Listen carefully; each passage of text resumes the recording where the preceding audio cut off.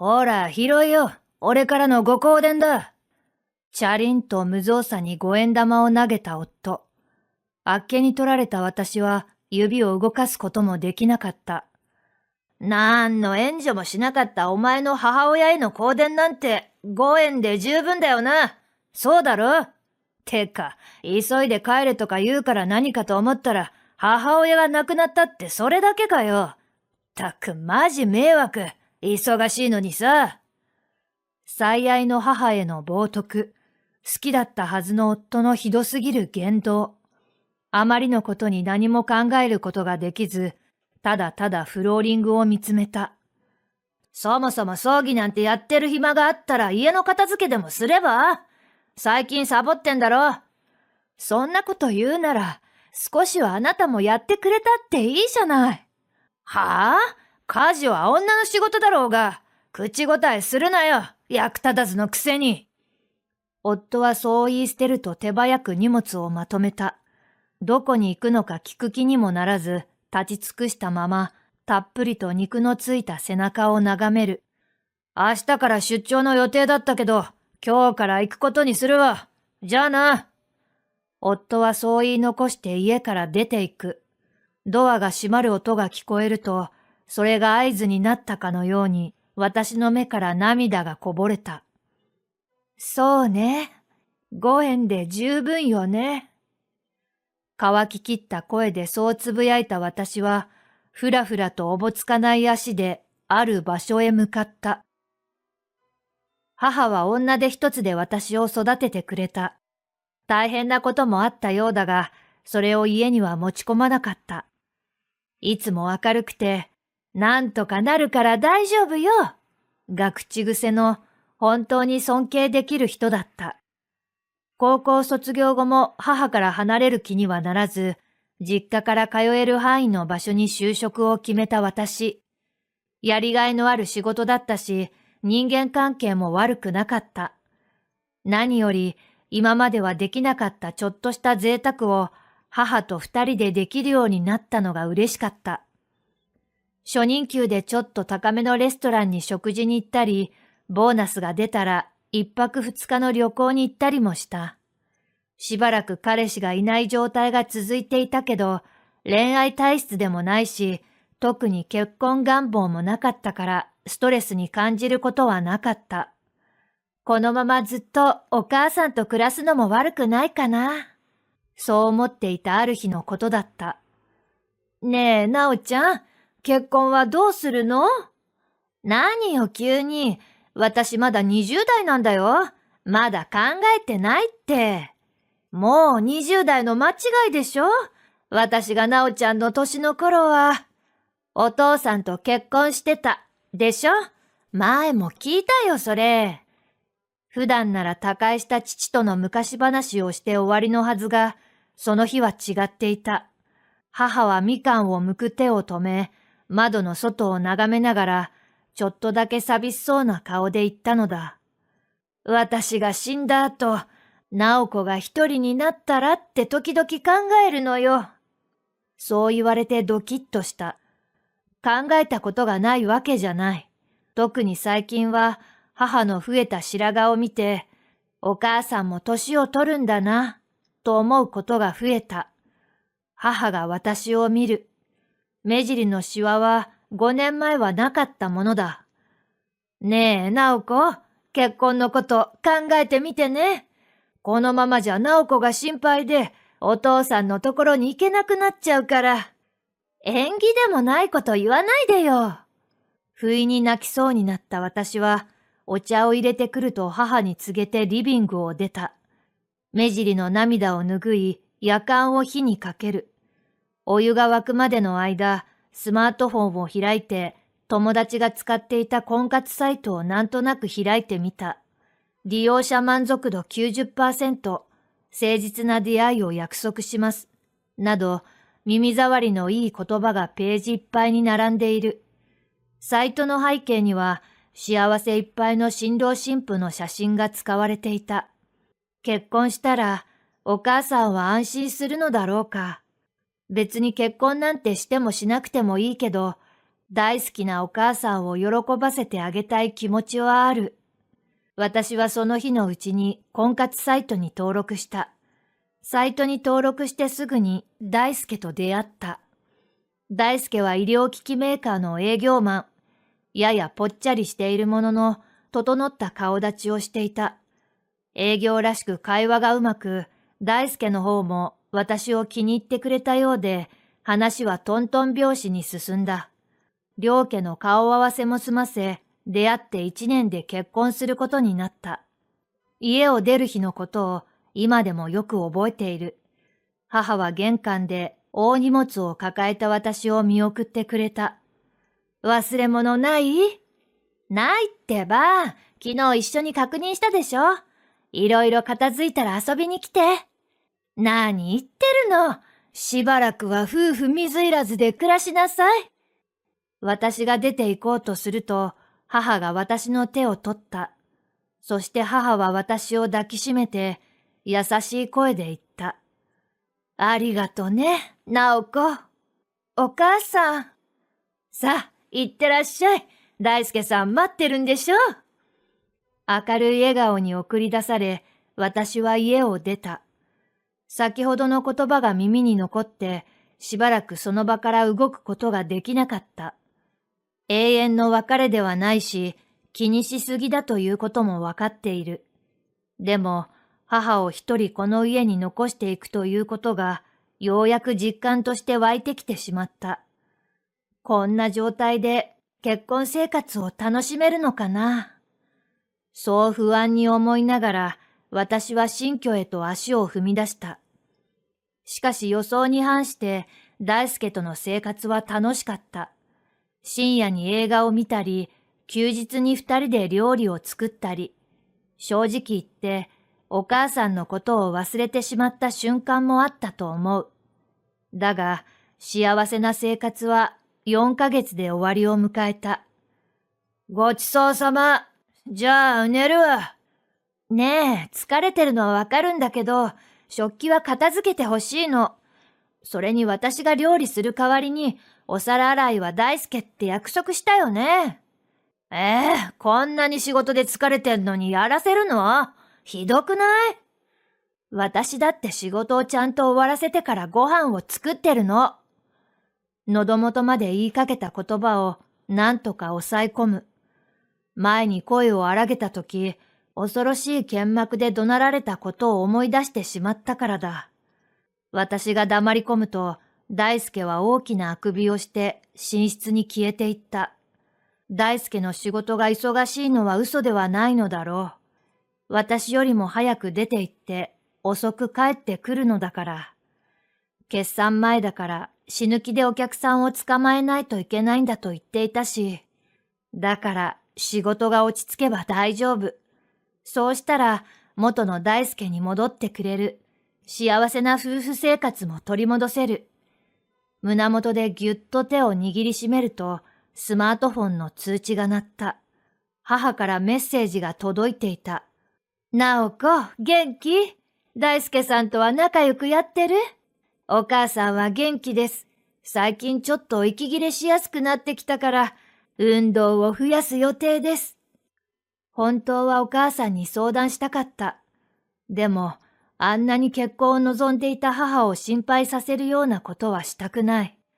不安も不満も押し殺して、当たり障りのない返事を返した。半年後、土曜日の朝、電話の音で起こされた。大輔は休日出勤らしく、すでに家の中に気配はない。寝ぼけ眼のまま手探りで電話に出る。もしもし、直子ちゃんか？おじさん、どうしたのよ急に。落ち着いて聞いてくれ。君のお母さんが亡くなった。おじの言っていることが最初は全くわからなかった。お母さんが亡くなった。なんて信じられるわけがない。抜け殻のような状態で着替えを済ませ、もつれる足で病院に向かった。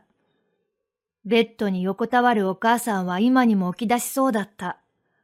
母が亡くなったという実感が湧かず、お医者様の説明を淡々と聞いた。おじが事務的な処理をしてくれている間に、私は大輔に電話をかけた。今仕事中なんだけど。お母さんが亡くなったの。それでいろいろやらないといけないことがあって。は？それだけ？イライラしたような口調の大輔の言葉に、私は息が止まりそうになる。今、この人は何て言ったの？家帰ったらにしてくれる？じゃあ切るから。電話が切れた音がずっと耳に焼き付いていた。私が帰宅すると、大輔はすでに家にいた。スーツはソファーに投げっぱなしになっており、ファーストフードのゴミが床に散らばっている。おかえり。つーか遅くね。俺お前の話聞くために早めに上がったんだけど。言い返す気力もなく、大輔の方を見ないようにして私は話し始めた。お母さんのお通夜は明日で、明後日が葬儀だから、仕事休み取ってね。なんで？っていうか明日から出張だから無理。無理って。こうで置いていこうか。大輔は財布を覗き込んだ後、眉間にシワを寄せた。でもよく考えたら、お前の親、結婚した時に何も援助してくれなかったよな。それはお母さんにも生活があるからで。そんなん知るか。なんの援助もしなかったお前の母親への香典なんて5円で十分だよな。ほら、拾えよ。シャリンと無造作に5円玉が投げられた。あっけに取られてしまった私は指を動かすこともできなかった。最愛の母への冒涜、好きだったはずの夫のひどすぎる言動。あまりのことに何も考えることができず、ただただフローリングを見つめた。そもそも葬儀なんてやってる暇があったら家の片付けでもすれば？最近サボってんだろ？親が急病だかなんだか知らねえけどさ、それくらいのことできるだろ。そんなこと言うなら、あなたがやってくれたっていいじゃない。はあ？家事は女の仕事だろうが。夫はそう言い捨てると、手早く荷物をまとめた。どこに行くのか聞く気にもならず、立ち尽くしたまま、たっぷりと肉のついた背中を眺める。明日から出張の予定だったけど、今日から行くことにするわ。じゃあな。夫はそう言い残して家から出て行く。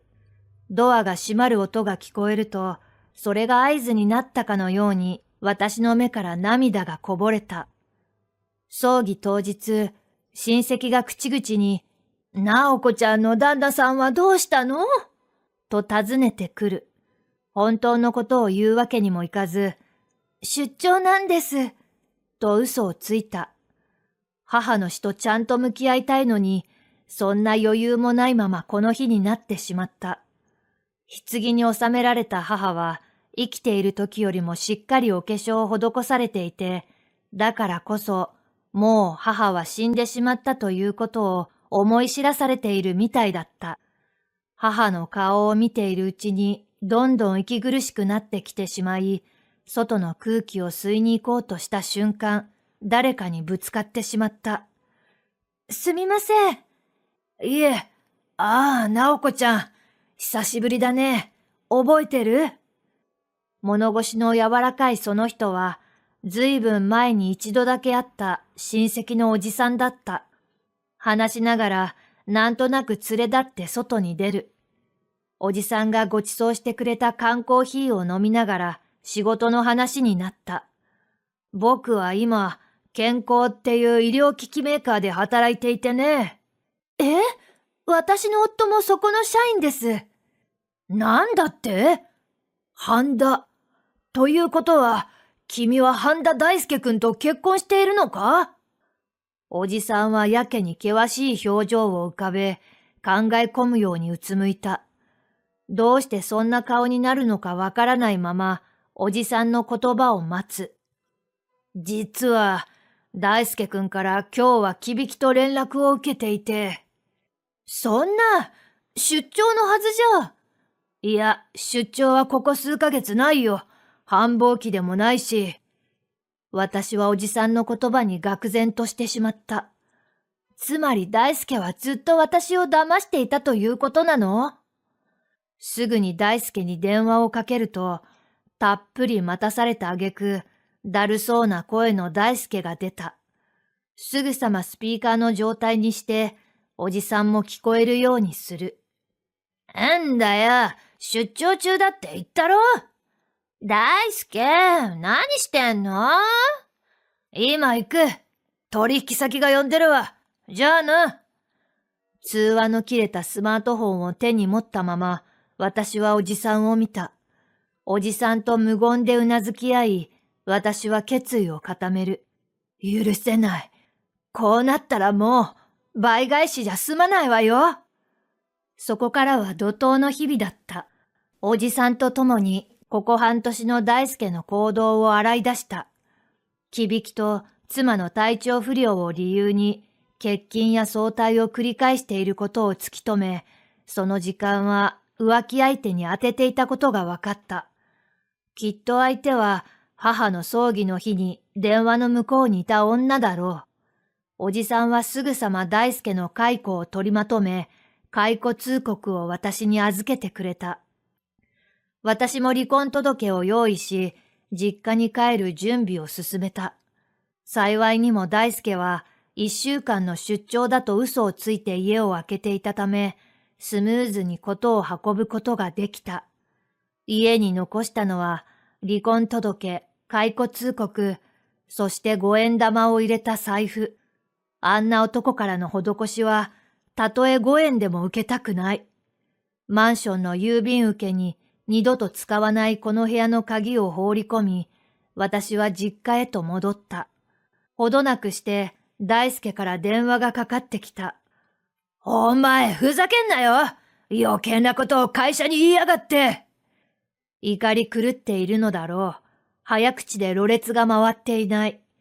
私はその怒りに乗せられることなく、冷静に告げる。余計なこと？何のことかしら？わかってんだろ？偽の解雇通告まで用意しやがって。この後に及んでそんなこと言うなんておめでたい人なのね。